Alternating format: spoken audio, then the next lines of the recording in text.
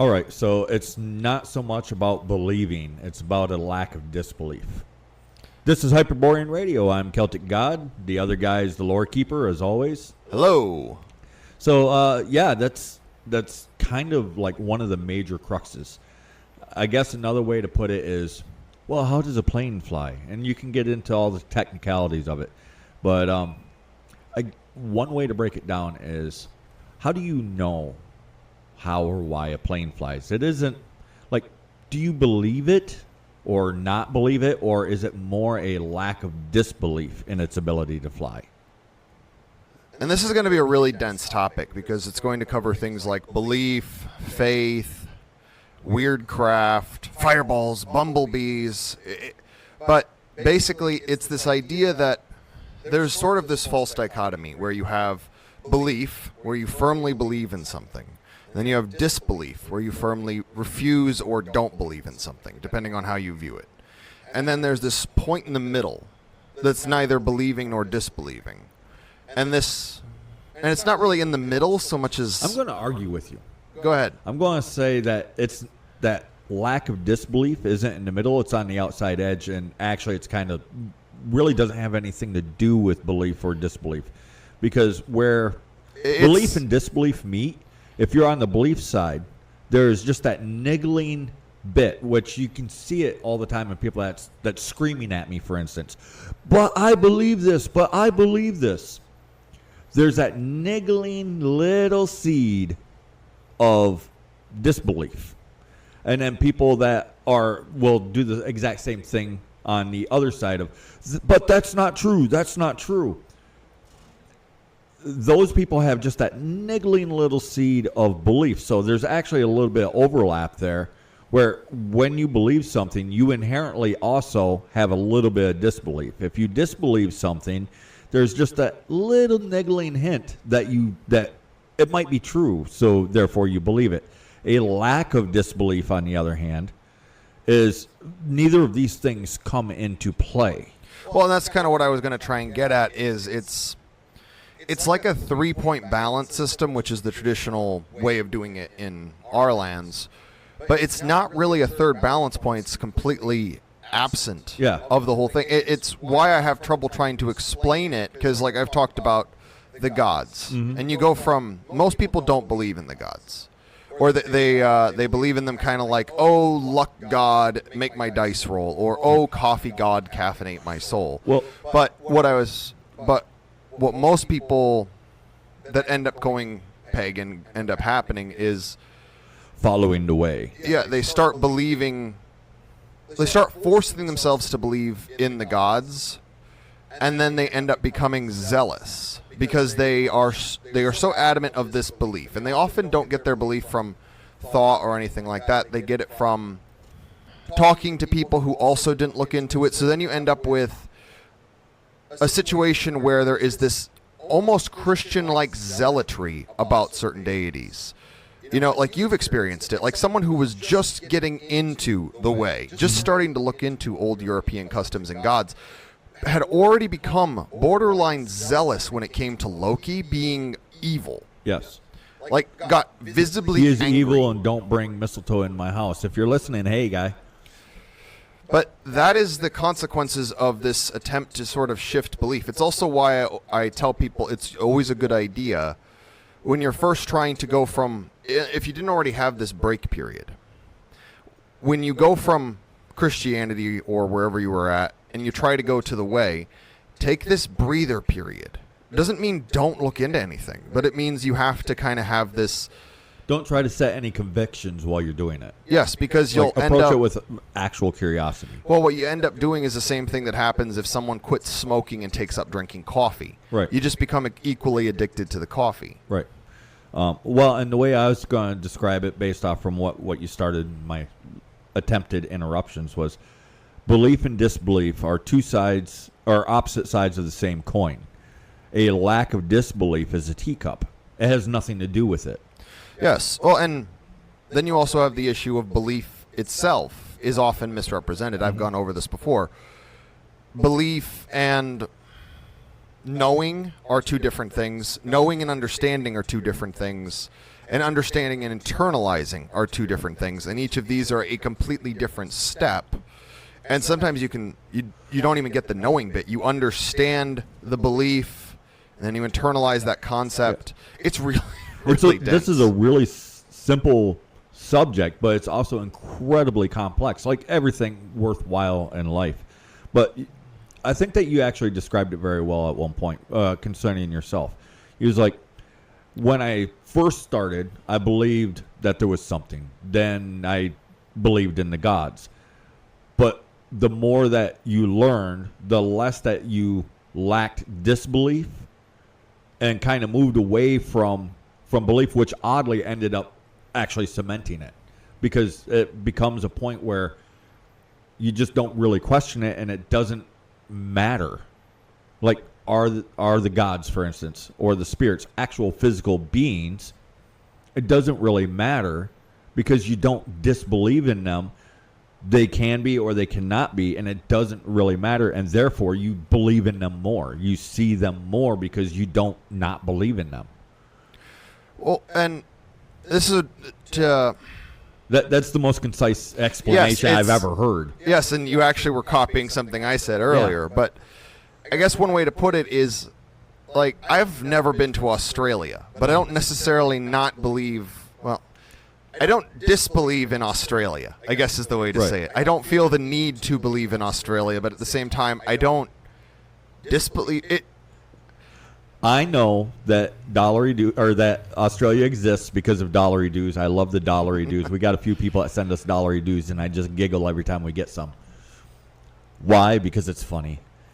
But yeah, that's kind of the point. You don't need to believe that bumblebee can fly, for instance, because you don't disbelieve that they can't. Even when you look at the explanation of they shouldn't be able to fly. By all metrics, they should be incapable of flight. But why can they fly? Because nobody's ever convinced them that they can't. They also never bothered convincing them that they could, because if they believe that they can, there's that little bit of doubt in their ability to fly.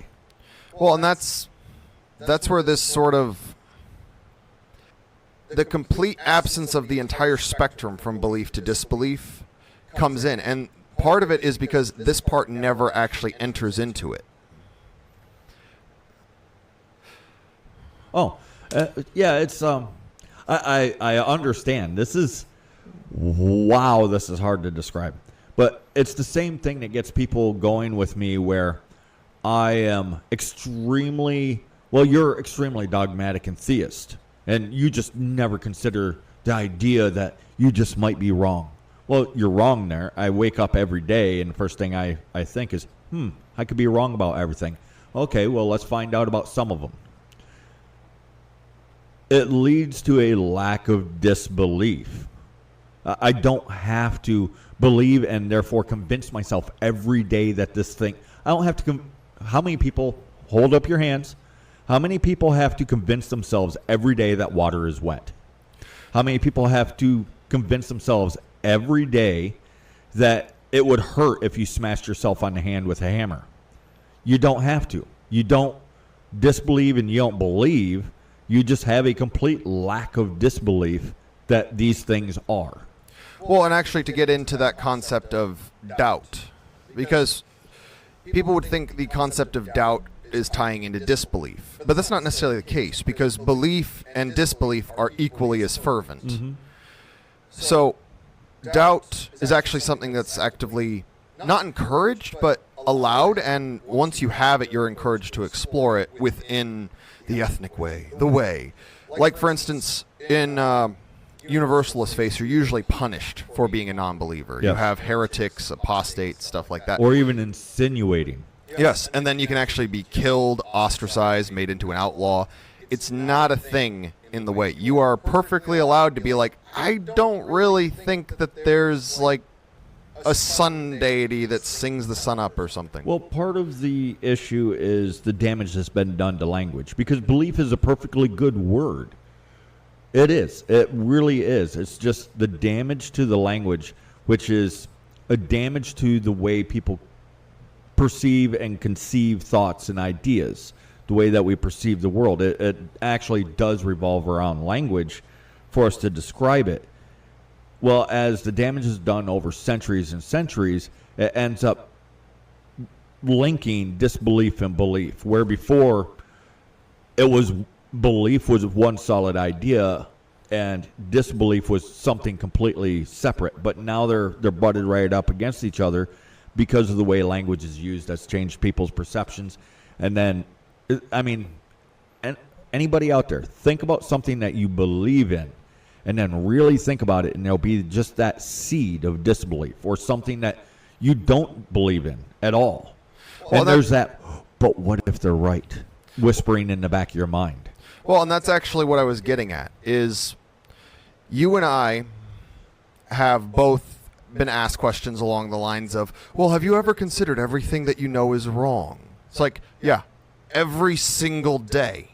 Have you? Yeah. And then they usually get a face of just sheer panic and end up running away. Right, because they haven't considered that, because they're operating on just sheer belief. And it's not even belief. They want to believe. They feel the need to believe in something. Well, and like I brought up, belief, knowing, understanding, internalizing, there's also want to believe on the other end. Mm-hmm. Wanting to believe is as different from believing as believing is to knowing. Right. In fact, most people who want to believe actually don't believe, and that's what makes them so zealous, is because they're trying to prove to you that they believe. Because if they can convince you, maybe they can convince themselves, and that's why they'll even go so far as to get violent. Yeah. It's why actually being allowed to doubt and consider, like, does this make sense? How does this track? Like, can I make this kind of make sense in a way that's actually useful? And most people go through a period of this. It's almost like the Amish have Rumspringa, which is more culture-based. Like, you leave the Amish culture and you go off for about a year, and then you can come back at the end. There's sort of this thing that if you look at how our people behave, most of us actually do this automatically. We're taught these stories growing up, whether they're Christian or pagan or whatever, and then as we get older, we actually have this period where we're going to hit something that causes us to doubt, because we usually believe things. We believe what we're told when we're young, and then we hit that rebellious phase in our adolescence, and that's when we start to question everything. And usually kids are very inquiring, but it's only when you start to have that period of rebelling against authority that you really start to examine everything. Just a little bit of rebellion is good. It's the way that it is. That rebellion has been kind of sucked out, which then forces people into the hard thought of belief or disbelief, which are actually the same thing. That's why you can come around, and it's a circle, and you end up with the zealot side of it, like you was talking about, where they don't actually believe. They're just trying to convince you that you believe, or that they believe, so that they can then maybe believe themselves. And or there's the other end of that circle where disbelief and belief kind of overlap. There's a seed in each side.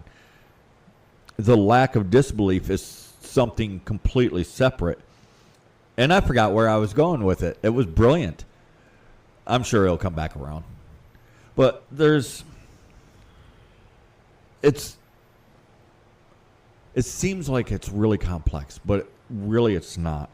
And the thing is like, as you started getting the same accusations that I've gotten since I jumped into the public sphere with, you're a hardcore zealot, your dogma, blah, blah, blah. Why can't I just believe this? And then there's the other side where they're like, you're an atheist and you don't believe in any of it, and it's all about this world. Both of those statements are wrong, and the reason why they're wrong is because they're assuming that we're on the same circle of belief and disbelief that they're on, where we're the teacup sitting there going, what the fuck is that coin doing? You see what I'm saying? Well, and it's something that we get accused of being really Wiccan-y. I've had that happen. And then I have people that accuse me of being extremely dogmatic. In the same conversation. Yes. Well, and pretty much what it turns into is, because I don't firmly believe their religious text, which pagans don't have religious texts. We have collections of folklore and poems and whatnot. We have a way. We have a way. But then there's the other spectrum where they pretty much picked a deity and made them into whatever they wanted. And I'm just as critical of this completely made up version as I am this heavily dogmatic version, because both of them are incorrect. It's true. I'm trying to figure out how to word this in ways where most people can understand where they can pick up what I'm laying down. It's like that video that I was telling you about the other day.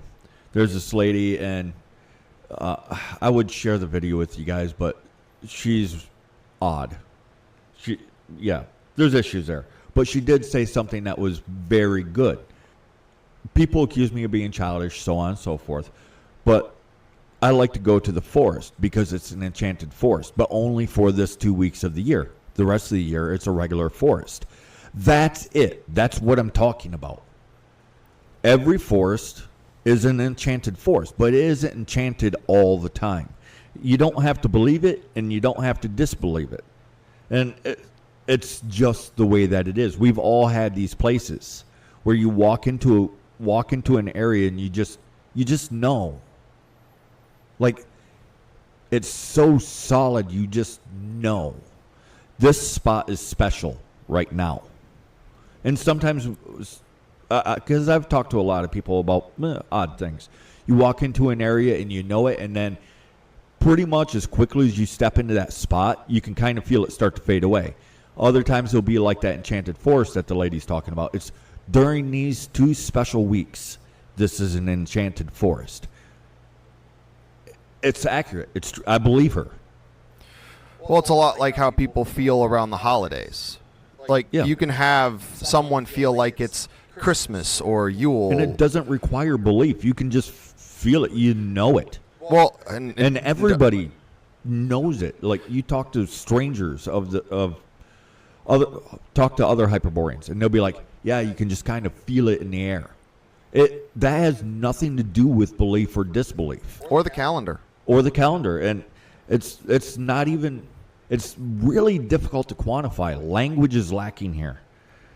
Because it's not about believing or disbelieving in Yule. It's not about... It has nothing to do with the calendar. It has nothing to do with knowing.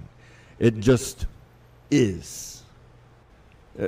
I know that makes sense to some people, kind of. Other people are like lost and think I've lost my fucking mind. But that's the way that it is. It just is. And you can feel it. You know it deep down inside, and you don't even have to acknowledge it. You don't have to know it. It's just like, wow. Well, and that's kind of the issue that we're facing is what we're trying to describe via negativa. Because there isn't really a word in English for what we're trying to describe. Yeah. Because it's not belief and it's not disbelief. It's not faith, but it's not knowing. And I'm sure that the scripture, the descriptor is there somewhere in all of our history of language. It's there somewhere. I just don't have the word for it. Maybe it's hidden in the Basque language. I don't know. It could be. It could be like that one idea that I was struggling with before, and it turned out there's a perfect Gaelic word, crua, to describe what I was trying to describe. And it might be out there. If you guys know what word we're talking about, please drop it into our, one of the question ones. There's one where you can type. Not the poll, but the other one in the podcast. If I remember when I put this up, I'll even put a question about it. But if I don't, then please, if you have the word and it's not in English, throw it up there. Let me know what language it comes from and a basic definition so I can look it up. Because we are people, we need this word. And we're, like you said, part of the struggle that we're having is we're discussing this topic via negativa. Good podcast, by the way. Go check it out. It's one of our episodes from before. But it's not about believing. It's not about disbelieving. It's about a complete lack of disbelief. So, how can you believe in... How can Celtic God, you call yourself Celtic God, how can you believe that's even remotely true? First, I didn't name myself that. That's a nickname that was given to me in real life. Started off as a jest, It evolved, it turned into Celtic god, and then they're like, it is the perfect describer for this guy. But I don't disbelieve. It's part of the Hyperborean way. We are descended of the gods. So therefore, I am a Celtic god. How can you say that you believe in the fairies? Well, it's not that I necessarily believe in them. It's just that I don't disbelieve in them. They might not exist, but it doesn't matter. I think I've seen them or interacted with them, heard them whisper in my third ear, because the Hindus do the third eye. So they whispered in my third ear. Like a Star Trek alien. Yes, like a Star Minimal Trek alien. effort. Yes, it's not fairies, it's aliens. I'm not saying it was aliens, but it's aliens. Oh, gods. Yes, I love that meme. I'm not saying it was the fairy, but it was the fairy. And I think so. Do I believe it? I don't know if I would go so far as to say I believe it, but it's a definite possibility. How much more do I need? Well, and that's part of the issue, and it's not just us that's tried to describe this concept to people. Like, there was a movie I watched when I was a kid, The Santa Claus, and there's this whole line where seeing isn't believing, believing is seeing. Yeah. And it's trying, I think, to talk about the same thing we're trying to talk about, but it doesn't have the words, just like we don't fully have the words. Yeah. But I guess the long and the short of it is that we're trying to explain is that the very concept of believing in the gods or not believing in the gods is itself it's a belief system. Believing and not believing, it is itself. Well, I was going to say system. it's been that very concept of placing any concept in the dichotomy between these two is actually something somewhat imported, I would say. Yeah.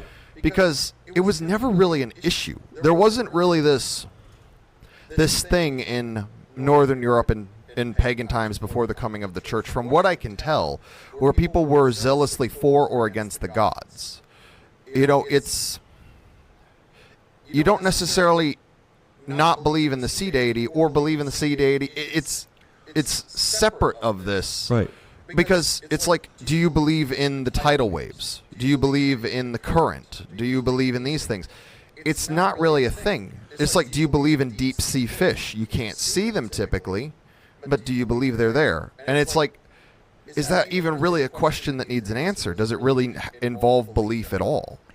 That's actually a good direction to go. And it brings up so much more of this conversation.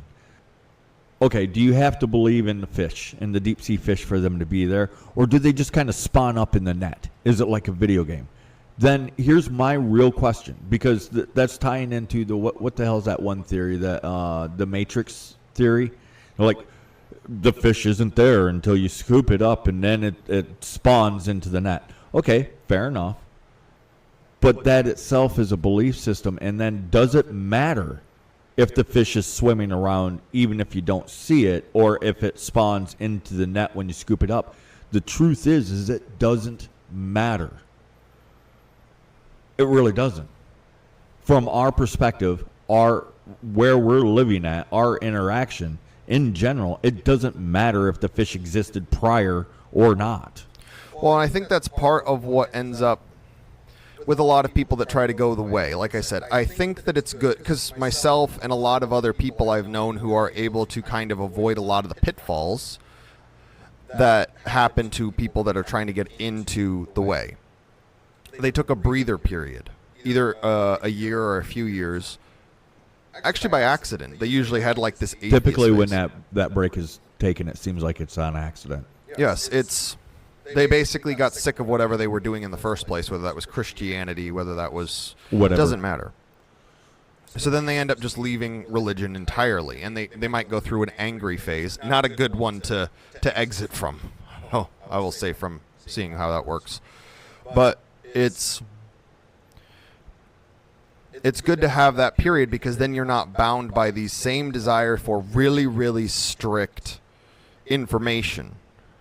Because a lot of people, what ends up happening is they desire a Bible, a church-like structure, where there is a direct answer for everything, where everything has a an order to it. An order in the same sense as a civilization. This is kind of actually one of the giveaways of Christianity and a lot of universalist faiths arising in urban civilized centers.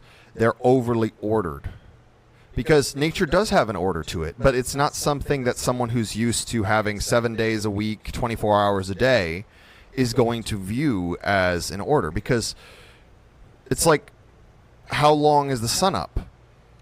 Well, it changes day to day.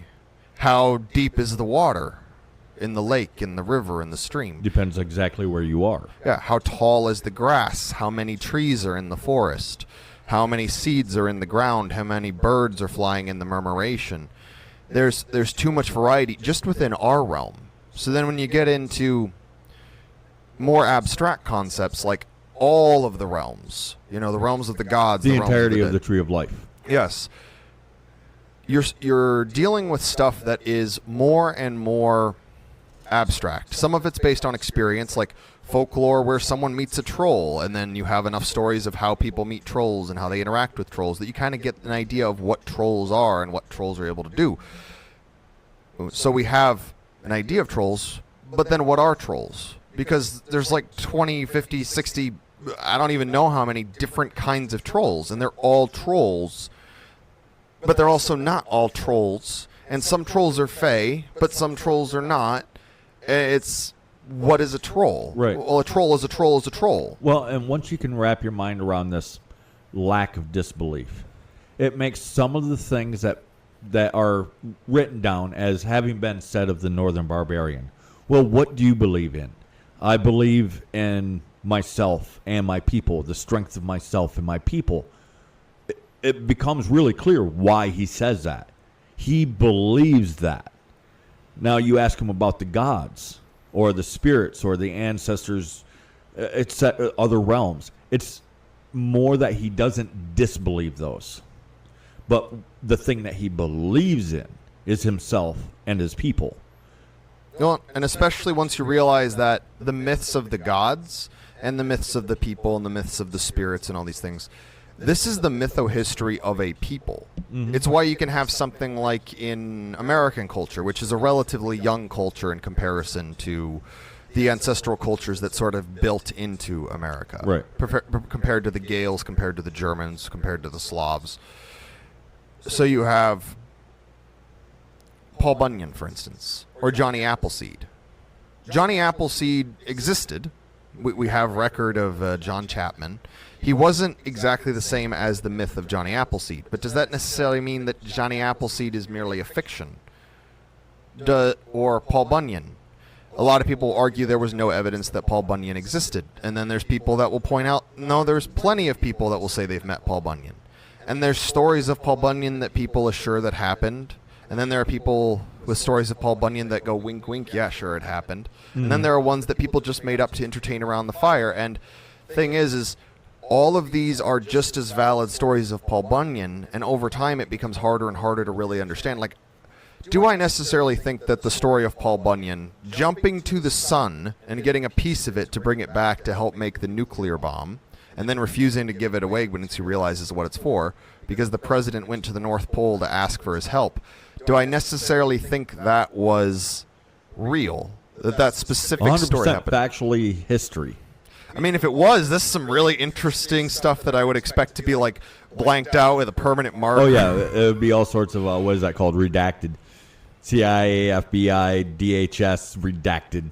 But if you look at the lore of Paul Bunyan, he's basically a forest god, and we have forest gods up the wazoo, and you can see the impact of him. Like, did he actually end up making the Grand Canyon or the Mississippi? Probably not, but it gives you a sense of place. Mm-hmm. But none of these things being true or just fun or just a way of imprinting upon a place invalidates the idea of Paul Bunyan. And the same is true of stories of Thor. The same is true of stories of Hulda. You have stories that are told for entertainment. You have stories that are told tongue-in-cheek. You have stories that are told seriously. You have some that come up just because of entertainment. You have some, like the story of Conan the Fianna's back hair, that funny. I don't need every story to be fact. I don't need it to. I don't need it to be what the Bible is for people, where it's a factual thing.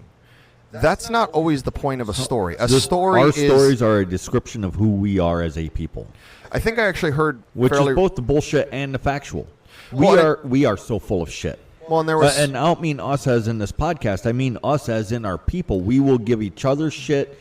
We will the haggis, the wild haggis. The wild haggis. We will run a line of shit a mile wide. All of Scotland will pretend this exists just to see if the tourist is gullible enough to buy it.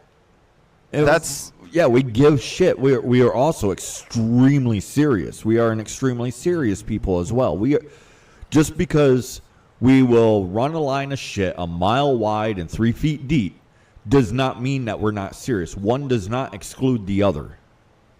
We are an extremely factual people as well. We insist on facts being real facts. That's kind of where it comes in, is just because I've never met Masha, for instance, does not mean no one has met Masha. Right. Does not mean that someone's not meeting Masha right now and might not even recognize it. Just think it's a weird old woman that happens to have way too many porcelain dolls. Yeah. It is a really hard concept to fully explain. And a story doesn't have to be 100% true and factual to have value. Yeah, I get, and it goes in the other direction too. Like a factual story doesn't have to be 100% true, because there's no way to tell a story 100% true, because as soon as you got two people or more involved, there's like 1,000 different perspectives. So 1,000 different true things. It's like the Great Storyteller from the Gaelic. The Great Sanashi. Thank you. But yes, the Great Storyteller from the Gaelic stories. He knows all the stories. He knows all the stories that are not true, and he knows all the stories that are true. He can't, because he knows all of them all at the same time. He's basically useless in the present, because he's it's so much that he can't separate them. So he knows my story from my perspective. He knows your story from your perspective at the exact same time. How do you sort these things out? Well, and then how do you sort out, because the Great Sanashi, if I remember correctly, it's as close to omniscience as you can get. He'll know a story that happens. He knows a story that could have happened. He knows a story that is happening. He knows a fictional story. So he might accidentally confuse the story of Winnie the Bear that is kept in a zoo with Winnie the Pooh. Yes. And it's not because he doesn't know the difference. It's because he's trying to access two things that are too similar, and he knows too many things to fully interact with the current present. Right. I mean, he himself is fully capable. Where the problem comes in is him interacting with us. And yes, this is still about a lack of disbelief. Well, how can a figure like this exist? Well, how can a figure like this not exist? I mean, other religions use that exact same argument. Why can't we? Fair? Fair. Well, and then here's another thing that I want to bring up, just because it actually is a common trope in fiction, is the way our gods work and our mythical beings work. People are always like, well, they'd be so easy to find. Not really, because the gods, let's say that there's some in this realm. They more or less have to play mostly by our rules, because they're bound by this realm. They might know more tricks and how to use things better. They might be more skilled at certain things. Assuming that they're aware of who they even are, again, because, I mean, we don't know how this stuff works. And anybody that says for a fact that they know, they're lying to you. Well, we know gods will incarnate, but that doesn't mean that they necessarily are aware that they're even gods. Yeah. It doesn't necessarily mean that they're not either. Like, it could, the crazy guy standing out on the corner screaming that he's, I am the reincarnation of Lou, and blah, blah. He might be 100% legit. Well, or he could just be a crazy bastard. Well, and there's actually one guy that claims to be the reincarnation of, I think it's King Arthur. Yes, but I'm pretty sure he's insane. He's either an insane person or a con man, because he's extremely liberal. Mm-hmm. Incredibly so. And I'm like, Yes, because a mythical king of England that was for the Britons and repelled invasions. Well, is and he gonna couldn't be. He a couldn't hippie. be. How is it the Brits would say? He couldn't be arsed to even look at the stories of King Arthur No. because he doesn't know any of the stories of King Arthur. Oddly, I don't know how you can be in Britain and not know anything beyond his name. In the same way that people who were born in America don't even realize that a lot of the white people are from Europe. Oh 'Cause yeah, that does happen. We've met people like that Yeah. were unaware that Europeans immigrated to North America. Yeah, it's weird. Okay, fair enough. It's Yeah, you should stop asking questions of how can people not know something. It's a little too optimistic at times. I am so naive. It's a good thing because But in a way. yeah, disbelief is actually or a lack of disbelief is actually a stronger position than believing in something. Well, and the reason to specifically say lack of disbelief versus lack of belief is when people say lack of belief, they mean disbelief. Yeah. That's usually what they mean. Whereas a lack of disbelief doesn't necessarily mean belief. Yes. I guess is the way to put it. Yeah, it is chunky, it is clunky, but we're bound by English. Yes, which is actually most of the time a very useful language. It is, for but this. there are certain ideas that the words just aren't there. So then we have to get creative with the descriptions, like a lack of disbelief, but then we have to quantify what a lack of disbelief is. Well, and then this is something I want to bring up. A lot of people in the modern day don't believe in the gods. In fact, we almost forgot about Thor if it wasn't for Marvel. This is one of the reasons I don't pick on Marvel all the time, despite all the issues with it, is because they are one of the reasons Thor is still a household name. But the thing is Thor as a figure, most people don't believe he's a literal deity. They understand he was a deity, venerated, but they view him as effectively a fictional character, most people. Yeah. That doesn't just even as a fictional character, he has value. And really, to most people that know about Thor nowadays, who aren't very much like, oh, he's just a fictional character, he matters more because of culture, because of history, because a lot of people do believe he's a deity. Well, and let's be honest, a lot of people wouldn't even know about Thor if it wasn't for Marvel. And it's like we can shoot, I do it in real life. Thor and Loki, and they're like, this, and this. I'm like, well, they got the names right. And then they're like, what? Yeah, they got the names right. But wouldn't it have been cooler if they had done Thor the way that he actually is in the real folklore, where he had red hair instead of blonde hair? I've learned to, rather than taking away, add to. Like, this is right.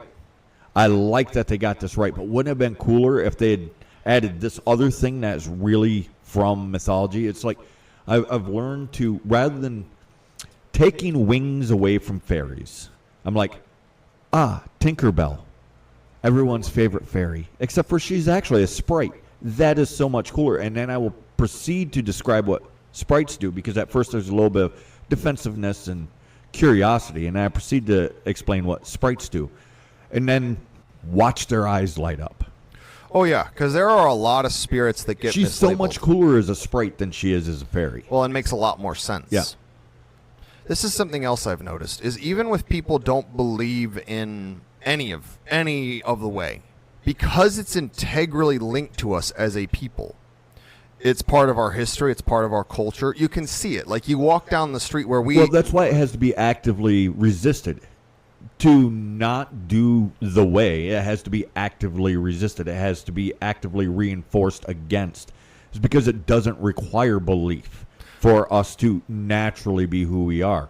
Instead, what it requires is for Christianity, schools, science, whatever, to constantly reinforce the idea of disbelief. Well, and that's the other thing I've noticed. That's what I was getting at, is when it comes to these things, for our people, the most common complaint, unless I'm dealing with Christian zealots or zealots of some universalist religion or ideology, what I end up actually getting the most is not, I don't like that or stuff like that. It's, oh, we don't have anything. And then when they find out we do have stuff, it shifts from, oh, we don't have stuff, to, well, if more people did it. Yeah. If everybody that listened to me that said directly to my face, well, if there was more people that did this, I would gladly do this, but I don't want to be socially ostracized. If everybody that told me that, we'd have probably 10,000 people listening to us right now. Well, we'd be able to get together huge, massive things that would make society go, what the fuck? Well, and that's the other thing is a lot of the people that said, well, if more people did it, most of them were actually in real life. Yes. The ones that you dealt with. So you would have a full-on community, a fairly big-sized town, in fact. Mm-hmm. And then... Okay, 10,000 was probably a bit of a exaggeration if you're going to go by people I've met in real life. That's probably still 400 people or more of people that told me, well, if there was a community, if more people believed this, if there was an actual community, I would do this because it sounds very healthy. I like the ideas behind it. It lifts a person up. It teaches you that you can be more without telling you that you're bad. It's just more natural. I like that. But nobody else is doing it, so I'm not going to do it. If all the people that said that to my face, yeah, we'd have 300-400 people milling around here. We'd probably be too busy to do things the way that we're doing them. We'd be doing the thing where, oh, hey, I got a camera here. Follow us around while we're, I don't know, fucking throwing axes or something, and we're just talking. So and we'd be doing a completely different type of presentation if all these people had stuck around. Well, and my point in the grand scheme of that wasn't just that if people just realize that the amount of people that say if there were just more people, it themselves would make that amount of people. But it's also because these things are inherently tied to us. Mm-hmm. Like if you're, I don't know, Icelandic, it doesn't matter if you really believe, because I've met Icelandics, Mm-hmm. and I'll actually tell them stories that I know from Iceland, from Scandinavian mythology, from the Eddas, and they just light up. Like I had one actually, because she was actually talking about, because she was one of the woo-woo-y old Oh, you're women. talking about the one that her grandmother's stories? Yeah, that her lady? mother's stories from mother. Iceland. And her mother died recently, and she was telling me that she almost felt like her mom had sent me because she was a bit of one of those kind of people. Right. And I told her Well, stories. and the way that you was telling the stories matched up to how her mother told the stories, didn't it? Or Yeah, at least and then it was mostly starting so. to remind her, and she was actually getting excited and stuff like that. And that's what it is. It's why I say things like paganism is instinctive. Heathenry is about being part of the land. The stories are not inherently part of paganism or heathenry in the sense of the literal definitions of these words and how they're used. What it is it allows you to be more. It's the inheritance of culture and a history. That's what these stories are. That's what these customs are. The paganism in and of itself does not technically have anything to do with the stories of the gods. But it has everything to do with the stories of the gods. And that's where... And us. I mean, the stories of the gods are stories of us, but the stories of us are also the stories of the gods. It's a symbiotic thing. And I was going to bring up, I met somebody from Iceland, actually not too long ago. And the guy was, the way that he explained it, because I brought up Surtur, and he's like, well, and he's not a Christian. He didn't know how to describe himself. Because he believed in something, but he definitely wasn't a Christian. But he's not a heathen because he looked online and he saw how most heathens are. That's not what he is either, so he had no idea how to quantify himself. But I asked about Surtur, and he's like, yes, I believe in Surtur. There's a big mountain there. Of course Surtur's there. And I'm like, no, I mean, the god Surtur lives inside the mountain. And the way he explained it is basically that it's not that he lacked a disbelief in it. He knows Surtur exists because the mountain is there, because the lava pours out of it, because the what is that? Surtur's child is the translation of that island. Oh, Surtur's castle, Surtur's child, stuff like because that. Because these things exist, he knows Surtur exists. Well, it's like now, can Surtur himself in bodily form rise up out of the mountain and stride across the land? It's more like he didn't disbelieve it. He didn't necessarily believe that there's a literal god or giant in that mountain, but he didn't disbelieve it either. It's like maybe. Well, it's like I think when they ask the question, do Icelanders believe in elves? And not the Tolkien elves, which are closer to fairy, but elves as in what they actually are. And I think it was a majority, like not like 100%, but like more than 50% of Icelanders actually believed in elves. Yeah, I've seen some... the hidden folk. Yeah, I've seen some videos on YouTube, and they're like really shoved to the side by the algorithm. I'm guessing by the algorithm, because the views on them are horribly low, but you can tell that they're real, genuine videos. And you get into some of these small communities, and they're like, "What does an elf look like?" They're like, "What do you mean? What does an elf look like?" Once it's established that they believe in elves, they're like, "They're not here, and they're not there. They're somewhere in between. You can't see them, but you can see what it is that they do. You can see their effect on the world." Well, how big are they? They're like, you can't see them. How can I tell you how big or small they are? And I've seen them from areas in Germany, the Gaelic lands, from Iceland. These communities do exist. And some of the people will call themselves Christians, and other ones are like, nah. Well, and that's the thing. This is partly how you're able to have people that do everything pagan, top to bottom, and then still call themselves Christian. It's because, like, Christians will say that paganism wasn't a religion. From the perspective of Christianity and the requirements therein, they're technically correct. Mm-hmm. But they're wrong in the sense that we were just waiting for a religion to come in. It was an empty part of our soul. Yeah, that we didn't have a belief system. Well, and the thing is to use any of these words, they're all incorrect and correct. It's not a religion. It's more than that. It's not a belief. It's more than that. It's not a philosophy. It's more than that. Which is why, over time, we've slowly gone from ethnic faith to the ethnic way to just the way. Because there's no good word, and actually, that's a good thing. Like, the word we're looking for that isn't belief or disbelief, this lack of disbelief, that we could probably use the word for. But it's actually a good thing that there's not a 100% go-to word for the Otherwise, way. it'd probably be, it'd be quickly corrupted. Well, just take a look at, because people gave a word for the Norse way, which is a amalgam of hundreds of tribal philosophies, regions, whatever, right? They called it Asatru. Loyalty to the Aesir, I think is how it pronounces, or more goes. But basically, that got corrupted so freaking quick that it's there's basically, just like in most Protestant denominations, there's a very liberal and a very conservative branch or branches. Mm-hmm.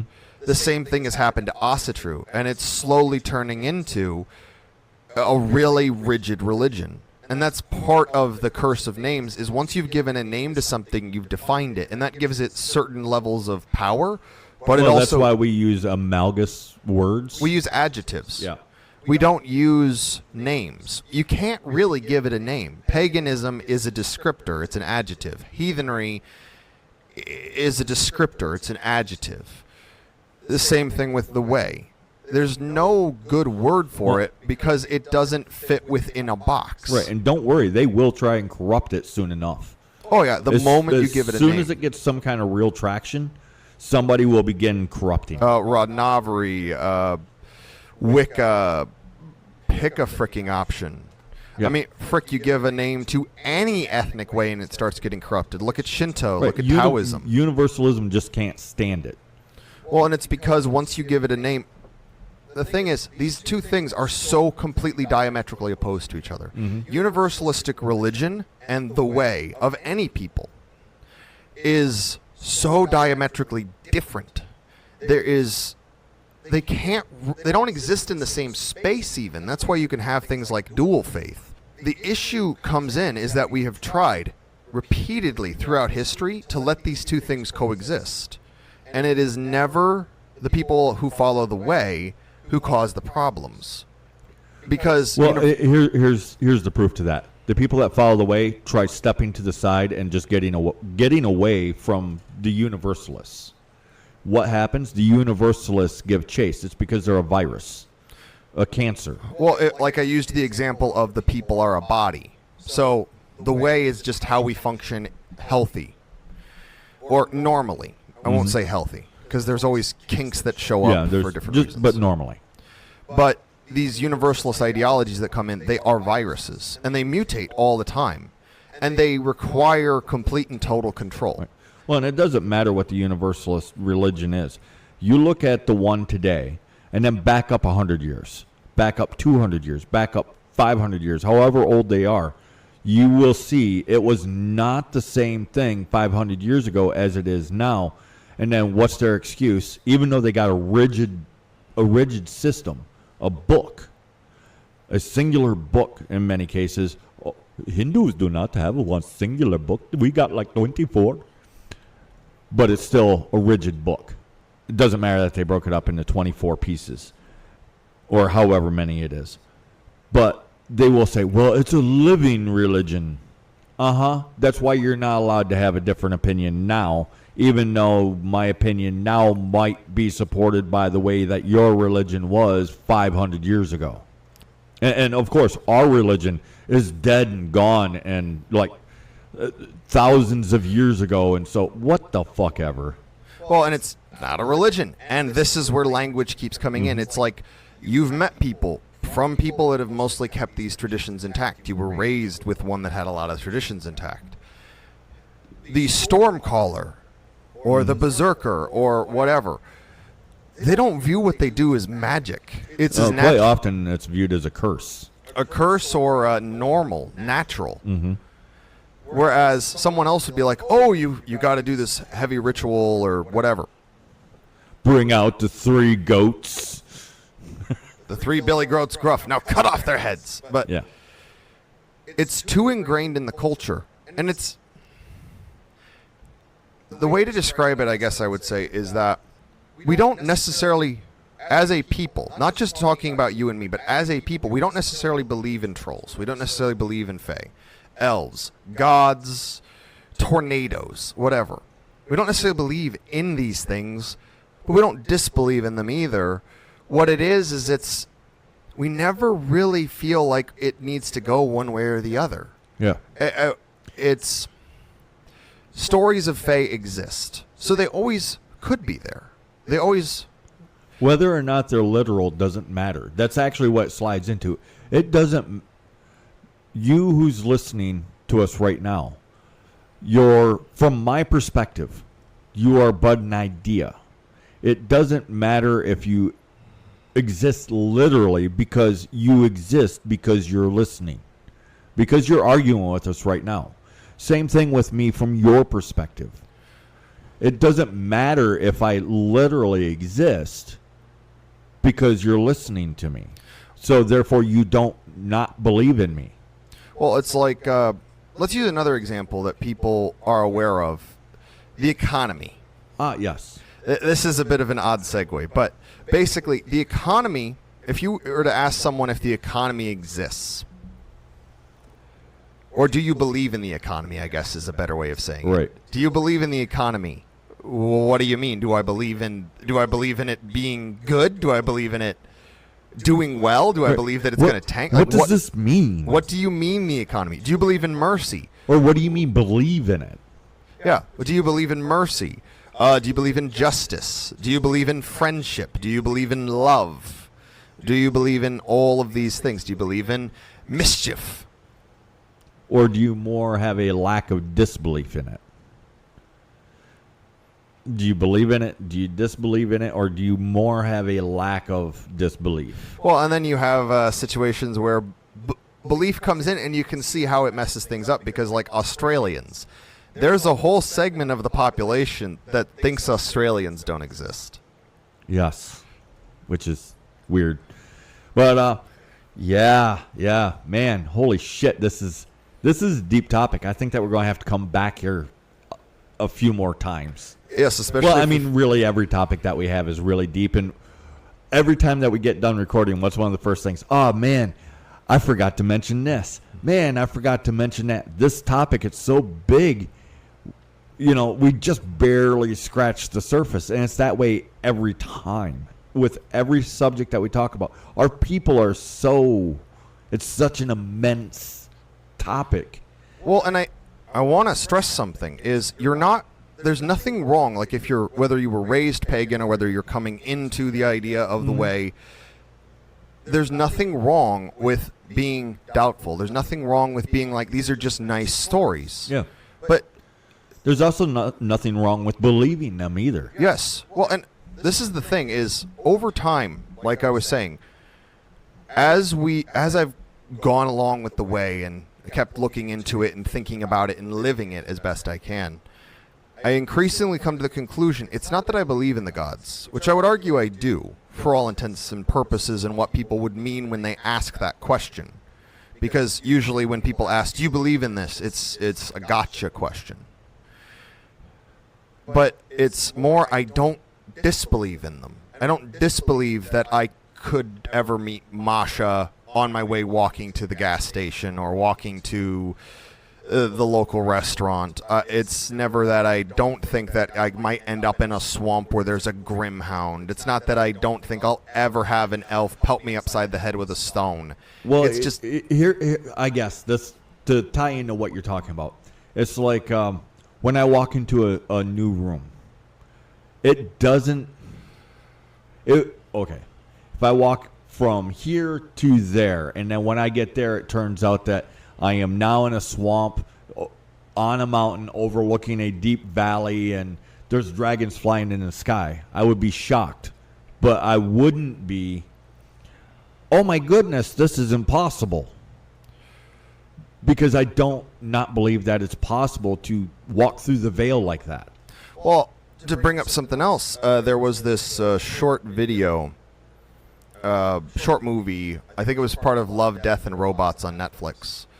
And there was this giant that washed ashore. Mm-hmm. And when it first showed up, everyone was like, oh my gosh, a giant. It's so big that there's fish swimming in the water kept in his hand and stuff like that. And then eventually, people were sliding down him, poking him. He became a job. He became a thing that exists. And then eventually it was just like, oh, we have to get rid of him before he rots. This is, I think, part of what a lot of people don't understand is a lot of these urban fantasy or fiction or anything like that, where these things that in our life would be considered fantastical would become mundane really quickly. Mm-hmm. It's like gorillas used to be considered mythical. Yeah. And then we found them, proved that they existed, and now it's like, oh yeah, it's a gorilla. Well, it's part of what caused zoos. People wouldn't believe the gorilla existed or the rhinoceros or the oliphant. There's no way these creatures can exist. Or the moose, oddly enough. Yeah, or the moose. Well, because that's actually a story from America. Even though there's moose, or elk, as they're called over in Europe, up in parts of Europe and definitely in Russia, in America, to prove that we had moose, there's a story where Thomas Jefferson had a taxidermist cobble together a bunch of random animals because he couldn't prove the moose was, because he didn't have a corpse of a moose to work with. Right. But he knew they existed, so he's like, make me a moose. He sent that off, and this is the funniest thing, is he was sending the moose because the Europeans at the time thought America was just one giant swamp and it was useless. Yeah. The funny thing is that moose dwell in swamps. It's one of their favorite places, Yeah. swamps and wetlands. So that doesn't prove anything. Well, and then sometimes for a short bit of time, that piece of taxidermy that you're talking about proved emphatically that moose didn't exist because people recognized it was cobbled together from various creatures. They're like, well, this proves that it's fake. Does it? Did it? It was? Do moose actually exist? I'm going to argue yes, because I've actually seen them. I mean, seeing is not believing today with like cameras and video. Fakes and all that. It never has been, because they did Photoshop long before there was Photoshop. Some of those old school Photoshopped photos taken from glass, back when cameras used the glass film. Some of them are so well done. It's like, holy crap, how was this done? But yeah, so seeing isn't necessarily believing, but seeing isn't also isn't disbelieving. In the end, all we can do is just keep moving on. But yeah, we're at the end of our time, so yeah, I'm going to thank everybody that made it this far. You're the toughest of the toughies, and yeah, I guess I'll see you guys next week. Make sure to click on our link tree and whatnot to keep up with everything else that we do. Well, and I'll just say, it's not what you believe in, it's what you don't disbelieve in. Think on that.